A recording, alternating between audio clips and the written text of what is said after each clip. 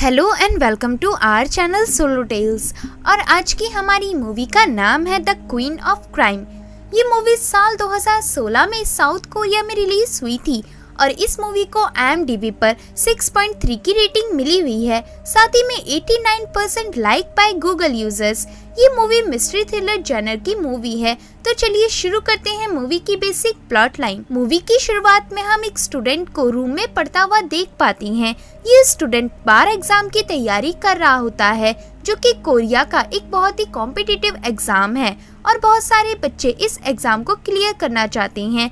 तभी उस स्टूडेंट को उसके छत से बहुत अजीब सी आवाज आती है और वो ऊपर चला जाता है। इसके बाद सीन आता है मी की शॉप की तरफ।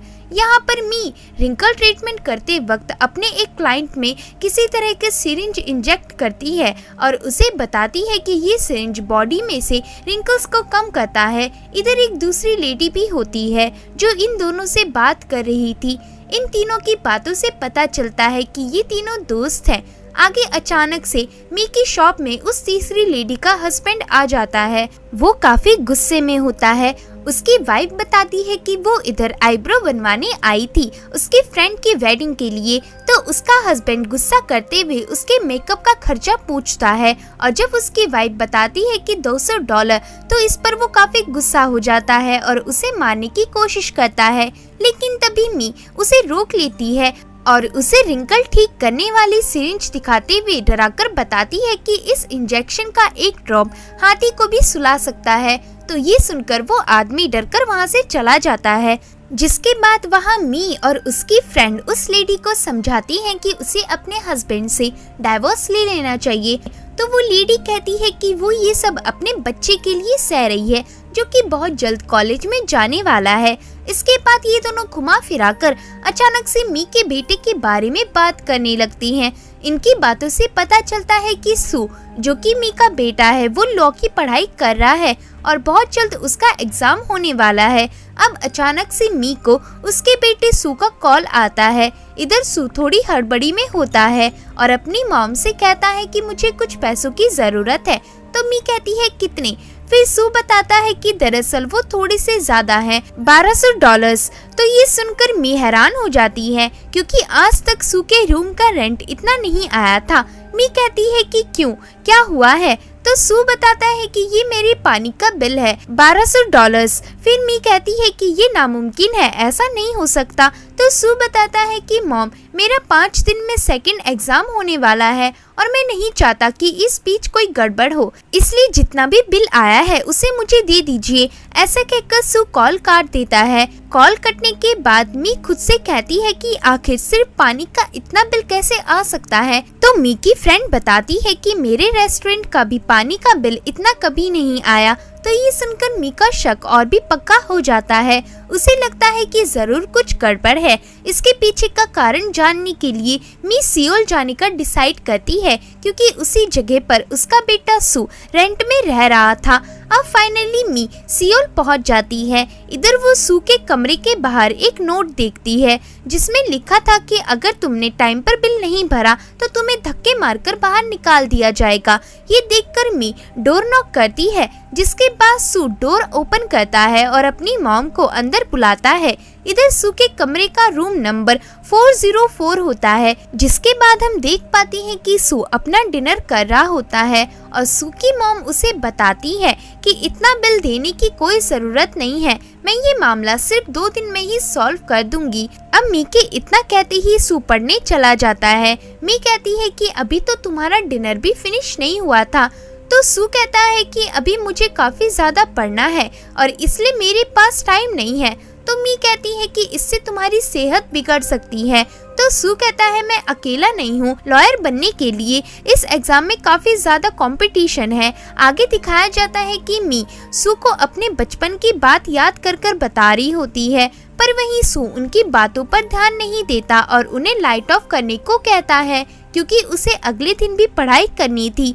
तो मी लाइट ऑफ कर देती है। इसके बाद रात के समय अचानक से मी की आँख खुलती है और वो बाहर देखती है कि नीचे रेड कलर का कुछ बिखरा पड़ा था और वहीं कोई दूसरा इंसान किसी लड़के को काफी ज्यादा पीट रहा है और ये सीन इधर ही कट हो जाता है। इसके बाद हमें उसी अपार्टमेंट में रहने वाले ड्यूक नाम के एक लड़के को दिखाया जाता है। ड्यूक बाहर से आने वाले लोगों पर काफी ज्यादा नजर रखता था और जब मी सू को बाहर छोड़ने जाती है तभी ड्यूक मी की हील्स नोटिस कर लेता है और उसे समझ आ जाता है कि यहाँ इस जगह पर कोई नई गेस्ट आई है।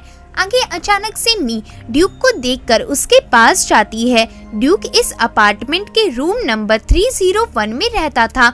मी ड्यूक से कहती है कि इस जगह का मैनेजमेंट ऑफिस किधर है, क्योंकि वहीं पर ये सारे बिल्स बनती हैं। तो ड्यूक उन्हें मैनेजमेंट रूम का एड्रेस बता देता है और आगे मी सू के दिए गए बिल को मैनेजमेंट के वर्कर को दिखाती है, पर वो मी की बात को सीरियस नहीं लेता और उसे वो बिल भरने को कहता है। और इतने में ही वहाँ पर टाइकी आ जाता है, जिसे रात में मी ने मार खाता हुआ देखा था। दरअसल टाइकी इस जगह काम करता है। इधर वो आदमी टाइकी को लेट होने पर काफी मारता है, जिससे हमें समझ आता है कि रात में यही वो आदमी था जो उसे मार रहा था। लेकिन मी उसे बचाकर कहती है कि मेरा गुस्सा इस पर मत उतारो।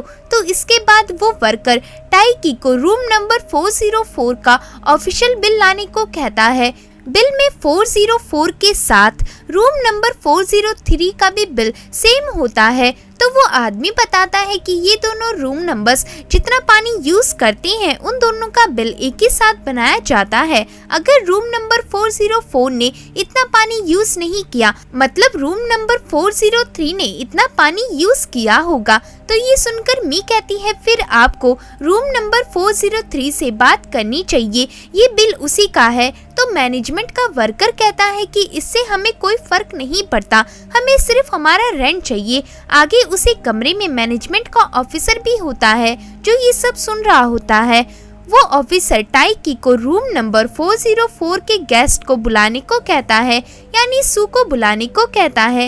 लेकिन मी उन्हें रोकते हुए कहती है कि सू इस वक्त पढ़ाई कर रहा है और उसके एग्जाम होने वाले हैं। तो मैनेजमेंट ऑफिसर टाइकी को कहता है कि इस लेडी को रूम नंबर 403 का कांटेक्ट और इन्फॉर्मेशन दो, ताकि ये लोग आपस में मामला निपटा सकें। आगे टाइकी ऐसा ही करता है, जिसके बाद मी वहाँ से चली जाती है और अब मी एक प्लम्बर के साथ होती है जो उसे पानी का मीटर चेक करके बताती है कि ये बिल्कुल ठीक काम कर रहा है और आपका बिल बिल्कुल सही है। क्या आपने अपने नेबर से इस बारे में पूछा है? तो मी कहती है कि वो उनके बारे में ज्यादा नहीं जानती। अब यहीं से मी को एक आइडिया आता है और वो सभी नेबर्स को डिनर के लिए इनवाइट करके इस बारे में पूछने का सोचती है और इसके लिए वो सभी को नोट लिखकर शाम 7 बजे बुलाती है। पर यहाँ पर जिन लोगों से मी ने पर्सनली आने के बारे में पूछा था वो अपने एग्जाम प्रिपरेशन की तैयारी की वजह से मना कर देती है, जिसके बाद मी उस नोट को हॉल में स्टिक कर देती है। इसके बाद दिखाया जाता है कि मी के इनविटेशन पर ड्यूक के अलावा कोई नहीं आता, जिसे देखकर मी ड्यूक से पूछती है कि तुम्हारे दोस्त कहाँ हैं? तो ड्यूक बताता है कि अगर तुम एग्जाम में फेल हो जाओ तो तुम उसके साथ 2 और चीज खो देते हो, पहला पैसा और दूसरा फ्रेंड्स। अब एग्जाम आने में सिर्फ 4 दिन बाकी हैं और इसलिए सभी स्टूडेंट उसकी प्रिपरेशन में लगे हुए हैं। उन्हें टोटल 6 सब्जेक्ट्स मतलब 15,000 पेजेस रटने हैं और इसलिए उनके पास बिल्कुल भी टाइम नहीं है। तो मी कहती है कि मैं आशा करती हूँ कि तुम इस बार पास हो जाओगे। इसके बाद मी अपने घर जाती है और इधर वो टाइकी और मैनेजमेंट के वर्कर को गाड़ी से कुछ इंपोर्ट करता हुआ देखती है और ये काम मैनेजमेंट का ऑफिसर करा रहा था। मी इन तीनों का पीछा करते हुए टाइकी के कमरे में जाती है और इधर जैसे ही टाइकी डोर ओपन करता है वैसे ही मी घबराकर उसे एक बुक मारकर बेहोश कर देती है, जिसके बाद बिल्डिंग का वर्कर उसे पकड़ लेता है और उसे मारने ही वाला होता है कि तभी वहाँ पर पुलिस आ जाती है, जिसे देख वो वर्कर रुक जाता है। इसके बाद मी उन पुलिस वालों को वो चीज दिखाती है जो वो लोग इंपोर्ट कर रहे थे, पर ये सिर्फ एक रास्पबेरी वाइन होता है, जिसे मी कुछ और समझ रही थी। और उस रात मी ने जमीन में जो छींटे देखे थे वो इसी रास्पबेरी वाइन के छींटे थे। मैनेजमेंट का ऑफिसर बताता है कि वो सिर्फ यहाँ के स्टूडेंट्स के लिए इसे इधर इंपोर्ट कर रहा था क्योंकि ज्यादातर स्टूडेंट्स इसे पीना पसंद करती हैं। तो पुलिस को मी की बातों पर जरा सा भी वजन नहीं नजर आता और वो पुलिस वाले उल्टा मी को अरेस्ट कर लेती हैं क्योंकि उसने बगैर कुछ जाने बिल्डिंग के सेकंड वर्कर टाइकी को बुक मारकर बेहोश कर दिया था। इसके बाद मी पुलिस स्टेशन में होती है और फिर मी की बेल के लिए उसका बेटा सू पुलिस स्टेशन आता है और घर जाते वक्त सू मी पर काफी गुस्सा करता है और उन्हें इस बिल पर ज्यादा न सोचते हुए जितना भी बिल आया है उसे पे करके इस मामले को रफा दफा करने को कहता है, जिसके बाद सू वहां से चला जाता है। इसके बाद कहानी नेक्स्ट डे शिफ्ट होती है जहां पर जब टाइकी को होश आता है तो वो मी को अपने सामने देखकर डर जाता है, पर फिर मी बाद में उसके लिए डिशेस बनाती है और टाइकी बताता है कि उसके पेरेंट्स इस दुनिया में नहीं थे और इसलिए उसने खुद से अपना नाम टाइकी रखा जिसका मतलब होता है आवारा कुत्ता। तो ये सुनकर मी उसकी इमोशनल स्टोरी पर रोने लगती है और उसे टाइकी को मारने पर गिल्ट होता है, लेकिन असल में ये सब सिर्फ इमोशनल ब्लैकमेल था और असल में मी टाइकी के जरिए इस बिल्डिंग में रहने वाले सभी लोगों के बारे में पता करना चाहती थी। इधर टाइकी को मी का नेचर थोड़ा अजीब लगता है पर फिर वो उसकी हेल्प के लिए मान जाता है, जिसके बाद वह दोनों रूम नंबर 403 से मिलने जाती हैं, पर यहाँ 403 दरवाजा नहीं खोलता। मी कहती है कि शायद वो इस वक्त अपने कमरे में नहीं है, तो टाइकी कहता है कि इसलिए मुझे स्टूडेंट से उलझना पसंद नहीं, वह कहीं पर भी जाती रहती हैं। तो इससे मी को पता चलता है कि रूम नंबर 403 में रहने वाला एक स्कूल स्टूडेंट है। आगे वहीं पर टाइकी 402 में रहने वाली गैस से लड़ने लगता है क्योंकि 402 कभी अपने कमरे से बाहर नहीं निकलती थी और कचरा भी अपने रूम के साइड में फेंक देती थी ताकि टाइकी उसे डस्टबिन में फेंक दे। इस बात से टाइकी परेशान होकर उस पर चिल्लाने लगता है, पर 402 कहती है कि ये तुम्हारा काम है, इसके तुम्हें पैसे मिलते हैं। तो इस बात पर इन दोनों की लड़ाई होने लगती है, पर तभी मी इन दोनों का झगड़ा शांत कराती है, जिसके बाद 402 कहती है कि मैं तुम्हें जानती हूँ, तुम 404 की मॉम हो ना? तो मी कहती है हाँ। इसके बाद मी टाइकी से कहती है कि 403 के बारे में हमें सिर्फ एक ही इंसान बता सकता है जो खुद कई बार फेल हो चुका है। इसके बाद सीन आता है ड्यूक पर, जो रोज की तरह इस बार भी किसी को नोटिस कर रहा था, पर तभी वहाँ पर टाइकी और मी आ जाती हैं और मी उससे पूछती है कि क्या तुम्हें 403 के गेस्ट के बारे में कुछ पता है? तो ड्यूक बताता है कि उसे इस बिल्डिंग में रहने वाले सभी लोगों के बारे में थोड़ा थोड़ा पता है। ड्यूक बताता है कि 403 में रहने वाला गेस्ट सेकंड एग्जाम में 10 बार फेल हो चुका है। तो मी पूछती है और वो इस वक्त हमें कहाँ मिलेगा? तो ड्यूक उन्हें 3 जगह बताता है और कहता है कि ज्यादातर फेलियर्स जो लास्ट बार फिर से ट्राई करने का सोचती हैं वो स्टडी सेशन में मिलते हैं, लेकिन स्टडी सेशन में इन्हें वो नहीं मिलता। जिसके बाद ये दोनों कैफेटेरिया जाती हैं, पर इधर वो नहीं होता और एंड में ये दोनों ड्यूक की बताई गई जगह यानी पीसी रूम पहुंचते हैं। इधर कई सारे अकेले और गरीब लोग आया करते थे। इधर टाइकी को फाइनली 403 में रहने वाला स्टूडेंट मिल जाता है और इसका नाम हान होता है, जो काफी सैड लग रहा था। इधर मी हान से कहती है कि मैंने तुम्हें बहुत बार कांटेक्ट करने की कोशिश की पर तुमने मेरा कॉल नहीं उठाया। तब हान कहता है कि मैं स्टडी में बिजी हो गया था। तो मी कहती है ठीक है, पर इतने में ही मी की नजर एक रिंग पर पड़ती है। हान बताता है कि वो मैरिड है और स्टडी के दौरान वो किसी से नहीं मिलता। तो मी कहती है अच्छा, पर क्या तुम्हें तुम्हारे बिल के बारे में पता है? वो कहता है क्या? तो मी बताती है कि रूम नंबर 403 और 404 का बिल $1000 आया है। तो ये सुनकर हान शॉक में रह जाता है। मी कहती है कि क्या मैं तुम्हारा रूम देख सकती हूँ? मुझे बस ये एश्योर करना है कि इतना सारा पानी कैसे वेस्ट हुआ। तो रूम चेक करने के बाद से हान मना कर देता है। तो मी कहती है कि फिर तुम्हें ही सारा बिल देना पड़ेगा। तो इस बात को हान इग्नोर करके वहाँ से चला जाता है। हालांकि टाइकी भी उसे रुकने को कहता है। मी टाइकी से पूछती है क्या तुम्हें हान के बारे में पता है? तो टाइकी कहता है कि मुझे कैसे पता होगा। तो मी कहती है फिर तुम्हें क्या पता है? टाइकी कहता है कि अगर आपको उस पर शक है तो आप कल की तरह पुलिस को बुलाकर उसका रूम चेक कर सकती हैं। तो मी कहती है कि कल मैंने पुलिस को नहीं बुलाया था, वो खुद आ गई थी। तो टाइकी कहता है फिर पुलिस को किसने बुलाया? मी कहती है शायद रूम नंबर 402 में रहने वाली उस लड़की ने पुलिस को बुलाया था। वैसे भी वो मुझे जानती थी, हमें उसी से सवाल करने चाहिए। आगे सीन 402 पर आता है, जो जैसे ही डिलीवर किया हुआ फूड अंदर लेने जाती है वैसे ही उसे मी पकड़ लेती है। हालांकि 402 पूरी कोशिश करती है दरवाजा बंद करने की, लेकिन जब मी कहती है कि मुझे बस इतना पूछना है कि तुमने पुलिस को क्यों बुलाया, तो ये सुनकर 402 रुक जाती है और मी को अपने कमरे के अंदर बुलाती है। इधर मी उस लड़की से उसका नाम पूछती है तो वो लड़की अपना नाम वेरा बताती है, जिसके बाद मी उसके कमरे में एक बुक नोटिस करती है। वेरा बताती है कि वो पुलिस ऑफिसर बनने के लिए पढ़ाई कर रही है और जब तक वो बन नहीं जाती तब तक वो किसी से बात नहीं करेगी। तो ये जानने के बाद मी उसे कहती है कि आखिर तुमने कल रात पुलिस को क्यों बुलाया था? तो वेरा कहती है क्योंकि उसे ऐसा लगा कि मी रूम नंबर 403 से कांटेक्ट करना चाहती है।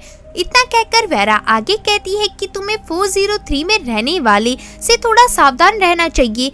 तो मी कहती है क्यों? फिर वेरा फ्लैशबैक के जरिए बताती है कि ये बात 1 महीने पहले की है, जब मैं अपने रूम में स्टडी कर रही थी, पर तभी अचानक से लाइट चली गई और जब मैं मीटर बोर्ड चेक करने गई तो मैंने नीचे बहुत सारा पानी देखा। तभी वहाँ पर अचानक से हान आ गया। हान वेरा से कहता है कि मेरे बाथरूम का पानी ओवरफ्लो हो गया है और ये बस शॉर्ट सर्किट है। ऐसा कहकर वो स्विच ऑन कर देता है जिससे लाइट वापस आ जाती है। इसके बाद वेरा अपने कमरे में जाने लगती है और तभी वो हान के कमरे से बहुत सारा ब्लड आता हुआ देखती है। इसे देखकर वो डर जाती है और अपने रूम में चली जाती है। इधर जब वो बाहर झांकने की कोशिश करती है तब उसे बाहर सिर्फ हान दिखाई देता है, जो कॉरिडोर से गुजरते वक्त उसे भी देख लेता है। आगे वेरा बताती है कि उस दिन के बाद से रूम नंबर 303 में रहने वाला गेस्ट गायब हो गया और उसका कुछ पता नहीं चला। मुझे तो ऐसा लगता है कि इसका कनेक्शन जरूर हान से है। तो मी वेरा से वादा करती है कि वो इसके पीछे का कारण पता करेगी। इसके बाद मी मैनेजमेंट ऑफिस जाती है ताकि वो हान के कमरे की चाबी ले सके, पर यहाँ वह दोनों उसे चाबी देने से मना कर देती हैं और उसे बताते हैं कि वेरा इस पूरे फ्लोर में सबसे ज्यादा झूठ बोलती है, तुम्हें उसकी बातों पर भरोसा नहीं करना चाहिए। तो मी ये सब सुनकर जाने लगती है और उसके जाते ही एक दूसरी लेडी आ जाती है जो काफी रो रही थी। इसके बाद मी को ड्यूक बताता है कि उसने अभी अभी 403 को इधर से जाते हुए देखा था।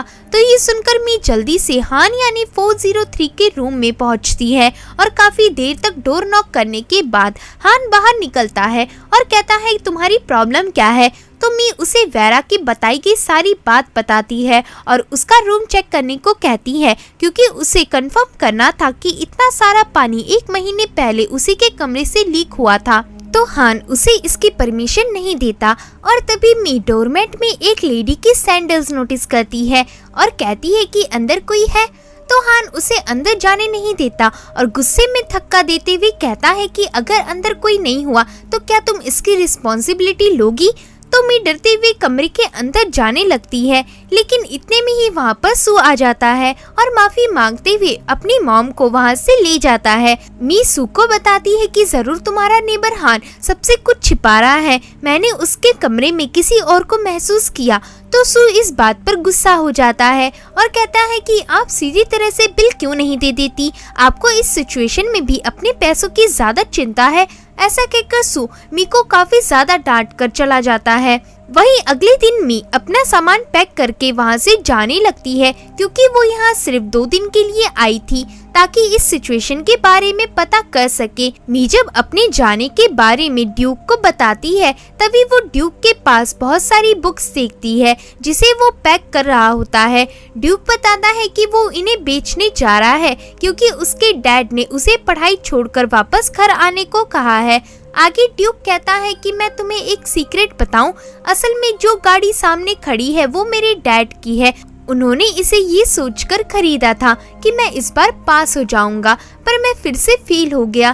तो मैं इस बात पर गम जताती है और फिर मैं लास्ट बार मैनेजमेंट के लोगों से मिलने जाती है। पर इधर मैनेजमेंट का वर्कर उसे बताता है कि हान ने वो $1200 पे कर दिए हैं। इसे सुन मी को यकीन नहीं होता। वो इस बारे में सोचने लगती है कि आखिर हान ने अचानक से पैसे कैसे दे दिए। आगे मी सू के स्कूल जाती है, पर इस वक्त सू एग्जाम की प्रिपरेशन कर रहा था, इसलिए वो उसे डिस्टर्ब नहीं करती। वहीं स्कूल के कुरियर में मी की नजर एक लेडी पर पड़ती है जिसे मी ने मैनेजमेंट रूम में निकलते वक्त देखा था।